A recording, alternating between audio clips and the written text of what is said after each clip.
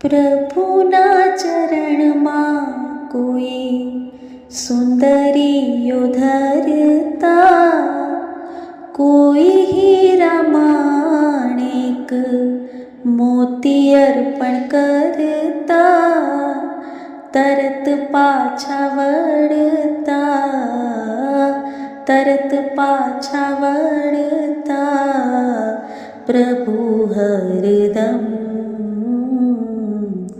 ऋषभदेव स्वामीने कोटि कोटि वंदन। मरु देवी माताना लाडीला छो नंदन, ऋषभदेव स्वामीने कोटि कोटि वंदन।